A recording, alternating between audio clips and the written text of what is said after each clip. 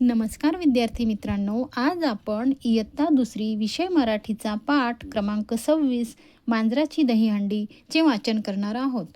चला तर मग. एक होती आजीबाई. तिची एक नात होती. दोघींनाही मांजराची खूप खूप आवड होती. आजीबाईकडे 4 मांजरे होती. एकाचे नाव होते बोकोबा, दुसरा होता सोकोबा, तिसरा काळोबा आणि चौथा साळोबा. एकदा काय झाले, आजीबाई गेली बाजारात. मांजरे होती घरात. आजीबाईने लोणी उंचावर ठेवले होते. ते मांजरांनी पाहिले होते. त्यांना लोणी मिळवायचे होते. उडी मारली तर आवाज होईल आणि सगळा बेत फुकट जाईल. मग बोकोबाने बोलावले सोकोबाला.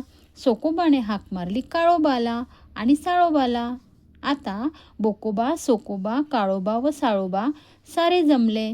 पण लोणी मिळवायचे कसे? सगळे विचार करू लागले. छोटा साळोबा फार हुशार. तो सांगू लागला, बोकोबा, आपण एकावर एक असे उभे राहू.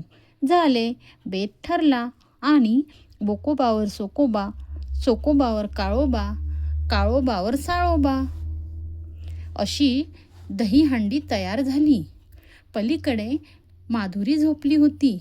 तिला अचानक जाग आली. तो काय गंमत, समोर मांजरांची दहीहंडी. तिला खूप मज्जा वाटली. तिने इकडे तिकडे पाहिले. तोच आजी दारात दिसली. माधुरी आनंदाने ओरडली, आजी आजी लवकर ये, मांजरांची दहीहंडी पाहून घे.